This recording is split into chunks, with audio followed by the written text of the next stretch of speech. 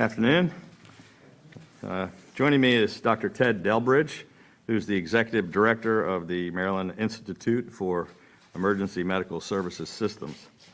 I want to begin by thanking everyone who reached out with well wishes for the First Lady, who tested positive for COVID-19. She's doing well with just very mild symptoms, and she's isolating at Government House. Like me, the First Lady is vaccinated and boosted, and I cannot stress this enough, but no one should think of a booster as just a bonus or an extra dose. Getting your booster shot as soon as you are eligible is absolutely critical to protecting you from severe illness from this virus and its variants. Today we are 15 days into the 30-day state of emergency, which we declared in order to combat the surge of the COVID-19 Omicron variant.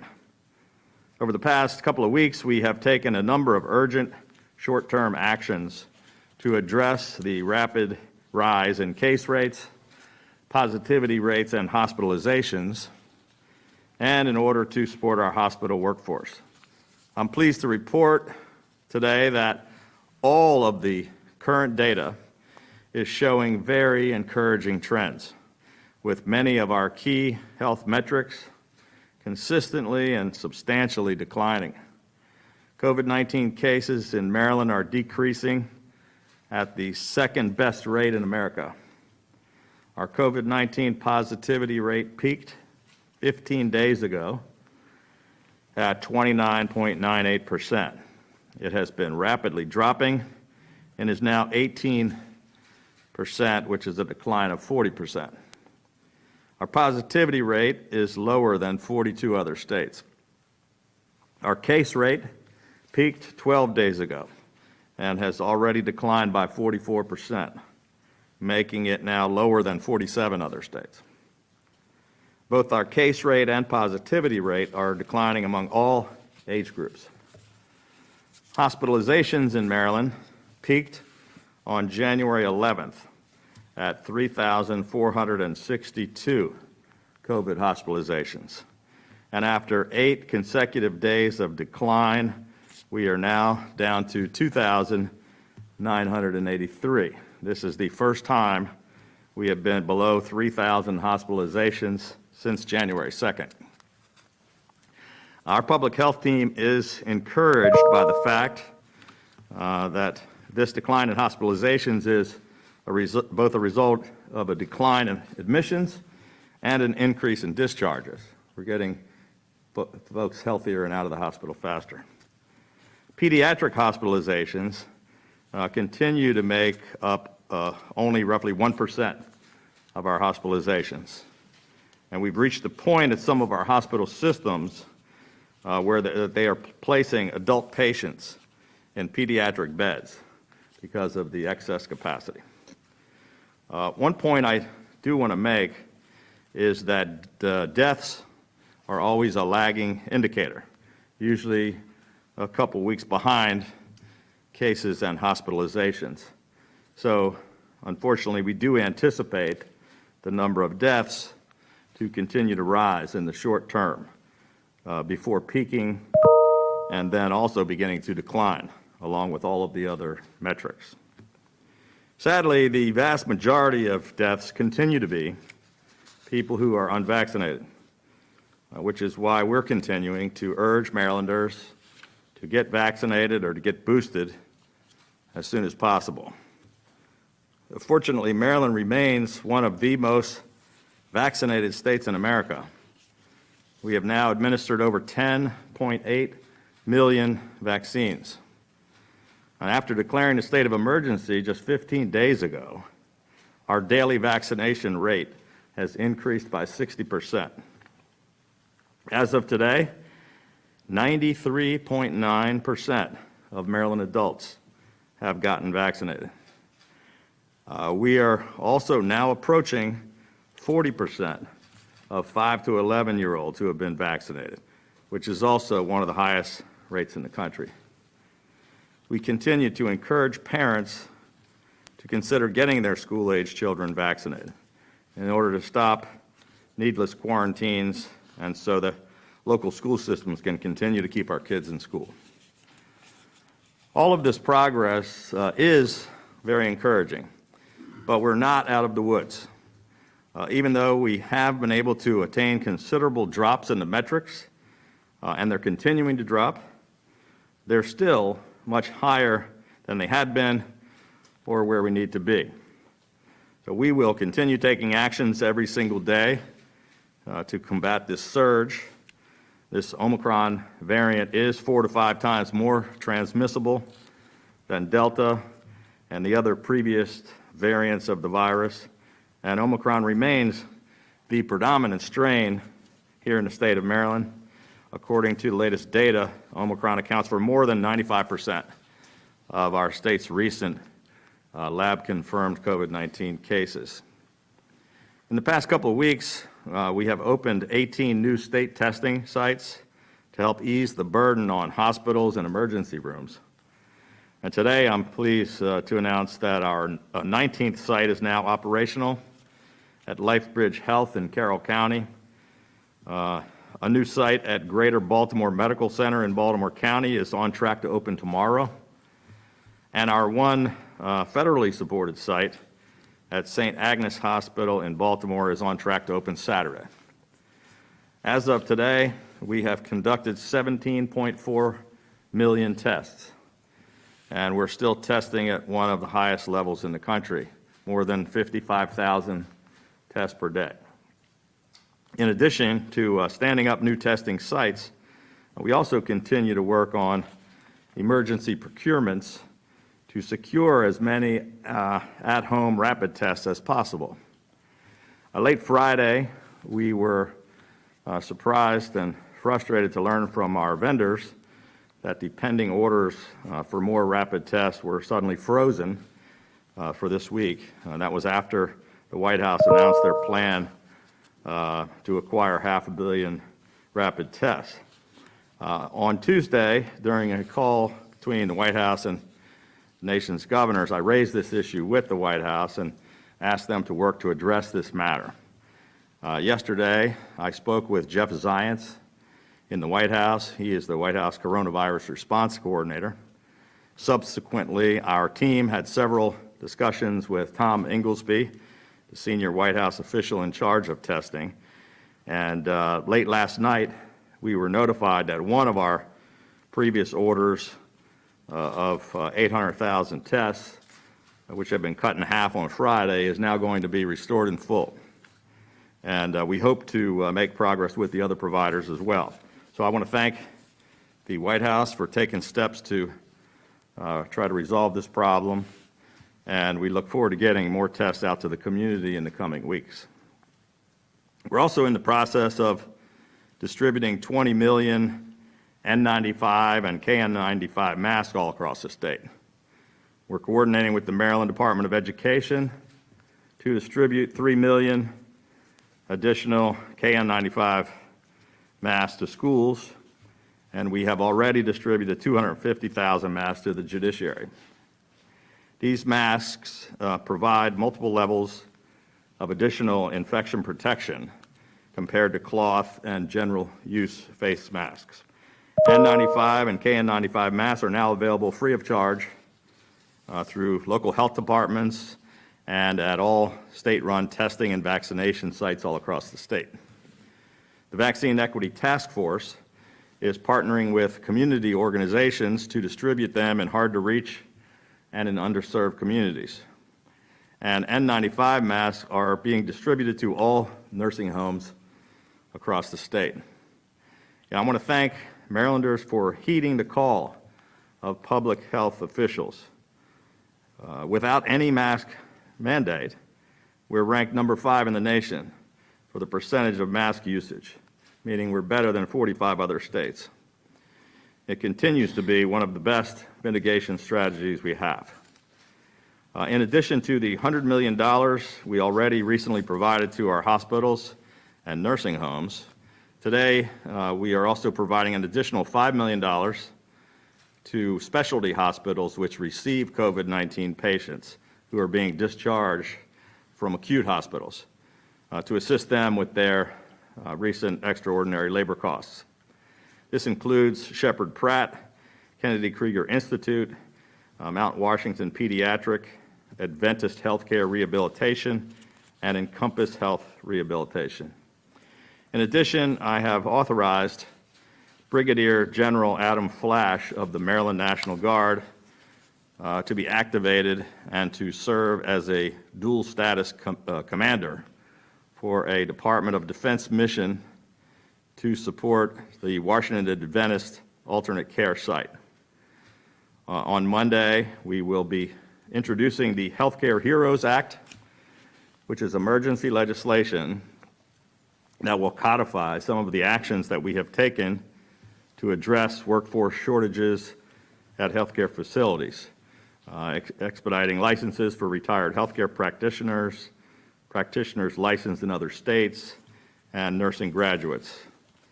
These are some of a number of early actions we took on an emergency basis, which made a real difference on the front lines, and making them a permanent part of the law of the land will help us to be better prepared for any future crisis. We're continuing to take aggressive actions to protect our most vulnerable residents in nursing homes. National Guard has now delivered courses of remdesivir to all institutional pharmacies that serve nursing homes. A health department order requiring testing takes effect tomorrow, which will apply to all nursing home staff, volunteers, and visitors. In August, we launched an antibody testing program in our nursing homes, which found that more than 60% had demonstrated some waning immunity. That resulted in us taking action to become the first state in the country to move forward on booster shots for seniors in congregate settings. With all of the delays and the confusing and conflicting federal guidance surrounding booster shot eligibility, it was one of the most important decisions we made during the entire pandemic. And while the booster has proven to be effective against the Omicron variant, we don't want to take anything for granted. So this week, in partnership with the University of Maryland Medical System and Johns Hopkins University, we are launching another round of antibody testing in our nursing homes, which we expect to be completed in 2 weeks. This study will help determine whether we move forward with a potential 4th dose for some of our most vulnerable residents. We hope that won't be necessary, but we will be prepared to take action if it is deemed necessary. In closing, we're very encouraged by our substantially improving situation, but the next 10 days to 2 weeks are really going to be critical. So our aggressive efforts will continue, and we ask Marylanders to continue to remain vigilant and to keep doing the things that can keep us safe. Wearing a mask, avoiding crowds, watching your distance, staying home if you feel sick, and most importantly, getting tested, getting vaccinated, and getting boosted. As the battle continues against this virus, I just want to once again thank all of our amazing healthcare heroes for their tireless efforts to care for patients and to save lives. And I want to thank the people of our state for remaining Maryland strong. With that, I'd be happy to take some questions. Governor, you described the COVID deaths as a lagging metric. At what point are you all projecting that peak to happen and it start to subside? Do you want to take a shot at that one, Ted? It's like typically, the cases come a week or two later is hospitalizations, and then a couple of weeks later is deaths because they lag. Is that about 7 to 10 days? 7 to 10 days. Okay. We're watching it every single day. It's basically staying around the same level, and we're hoping to see that drop off just like we did in the other metrics. Tom? Governor, good afternoon. Pediatric hospitalization rates are low. However, in the state's highest jurisdiction, Montgomery County, they just had 16 schools go all virtual for the next 2 weeks. It's a different situation than we faced early on in the pandemic, but how concerned are you right now about what's going on in these schools that is leading to these transfers back to virtual? Is that a step backwards? It's a mistake, I think, on the part of the local jurisdictions. Look, our kids have suffered enough. They've been out of school for far too long. We want to make sure that we're keeping our kids safe. We currently have 30 kids in the hospital out of nearly 3,000. To shut down entire, school systems or, multiple schools with thousands of kids having to go through remote learning with all the damage that's caused over the past year is just kind of too aggressive of an action that we don't think is necessary. I know in particular Montgomery County, our health department has reached out to them to try to clarify some confusion that they have and to try to let them know what guidance we think they should be following, as opposed to the actions that they have been taking. Governor, regarding the antibody testing, under what circumstances would the state authorize a fourth dose, and could that come as soon as 2 weeks when the study is complete? The last time we decided it was necessary because, we started vaccinating our nursing homes, well more than a year ago. And so by the time we got further along, after 5 or 6 months, you start to see some waning immunity. With our most vulnerable folks, it had been, in some cases, 9, 10, 12 months since they got vaccinated. And the federal government had been talking about potentially third doses, but we didn't have time to wait because we had people dying in our nursing homes and being hospitalized. So we moved forward ahead of the federal government on the third dose just for those vulnerable patients. I think the federal government is talking about those things now, and we hope that they'll make a decision on it. But if we believe that it's necessary to save lives in our nursing homes, we'll move forward with a fourth dose without the federal government. Do you plan on extending your emergency order? At this point, we're watching it day to day because of the rapidly declining numbers. I'm hopeful that another 15 days and we will be in a position where we don't need to extend the state of emergency. Dr. Hogan, in that line of questioning, there were projections that hospitalizations could reach 5,000. I know they're well on the decline compared to where they were before. Are officials still projecting that the next couple of weeks will be as challenging as we thought they would initially be? Well, no. The good news is that, look, they've been really accurate on all of their projections throughout the entire crisis. And they had been saying that they thought the peak was going to be around 3,500. That's where it actually looks like it may turn out to be. But when Omicron first broke out, the number started shooting straight up. And that's where they kind of revised their predictions and said it could go as high as 5,000. And it appears as if we are not going to get to that level because we're starting to see all the numbers come down because of all the actions we've taken, because of the great work of our healthcare workers. I think we're going to dodge the bullet on that one, and we don't anticipate, at least with this current variant and this current surge, that we're going to reach that peak. We think it's going to keep coming down. That's what we're hopeful. Are we still anticipating this higher impact time period until the middle of February? This higher than normal time period? That's a great question. As I said, we've dropped 40%, 44%. It went straight up like this. It's now, I don't know if you saw the charts, it's crested and it's coming down. If it continues in that direction, we'll be at, it won't be wiped out, but it'll be at very manageable numbers. And that's what we believe, and we're hopeful that will happen. Governor Hogan, could you weigh in on the litigation to get a restraining order, an injunction against this county's, the Anne Arundel County's mask mandate? It was put in place by the state employee, the state health officer. The plaintiffs claim he doesn't have the authority to do that, but your administration, I thought that was how this whole thing was designed, so that municipalities can make their own decisions. Can you weigh in on where your administration stands on that? Well, the law grants local jurisdictions the authority to make some of those decisions themselves, and that's the way we've been throughout the entire pandemic for now nearly 2 years. In Anne Arundel, it seemed like there was a conflict between, so they had the right to make their own decision, but there was a conflict between the county executive who wanted to do one thing and the county council who did another thing. The health officers, reports to the county executive and is hired for, technically it is, they work under the state health department's auspices, but does not work for us. I think, somebody took the thing to court challenging whether the county executive had the authority to overrule the county council or that the health officer could. And I think that there was a case heard today, I'm not sure. Some kind of action took place in the Anne Arundel County Courts today. I think it expires next Friday, so I'm not sure, whether the court system is backed up as they are, they're ever going to reach a decision before the thing is over with anyway.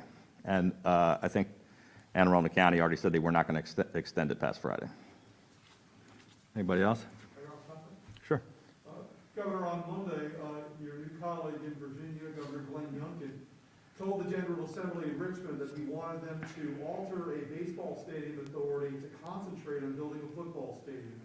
As we know, the Washington football team currently plays its games in Maryland, but we haven't heard much about where the state of Maryland is right now in retaining this team. So as the interest in this has been stirred up again, could you give us any viewpoint as to, is Maryland still in this? Are you still fighting for this stadium or interested in it at least? Look, we've been working together with the Washington football team for more than 7 years. The team reached out to us before I even became governor. We sat down with them.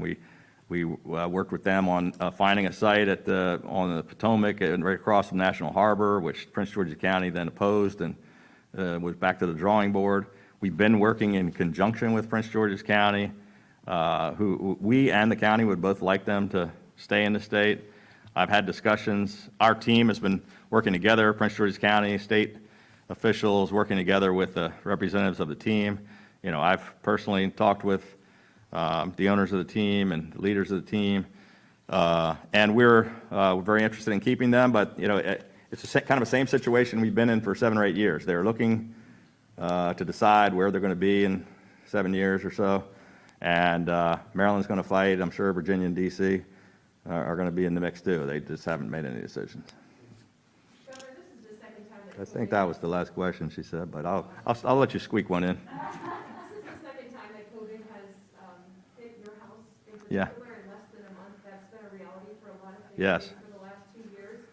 It's particularly tough to live in the same home with other people who are trying to isolate and continue what they need to do. How has that been for you and your family? Well, it's, I think, much more difficult for most people. Thank you for the concern, but it is what everybody's going through. I mean, people come, they've got their spouse and their kids or other people. They're living in a house, and trying to isolate and keep everybody safe is really hard. On the one hand, we're lucky because the governor's mansion is a pretty big place to spread out. I know my wife had me locked in a room for 10 days and was dropping food outside the door. Now I'm doing the same thing for her. But she is isolating, and we're trying to keep everybody safe. But it's a struggle. I mean, we've had nearly 900,000 people have been infected. Luckily, most of them don't get seriously ill enough to go in the hospital. But it's still a dangerous thing. And so, even if you're not symptomatic, making sure you're not passing it on to other people is critically important. That's why, even though I've got 2 negative tests, and I'm still wearing the mask while I'm talking to you here today, because that's what the protocol is. And I'm going to, I'm going to try to stay away from the First Lady, except to drop some food outside the door. Thank you. Thank you.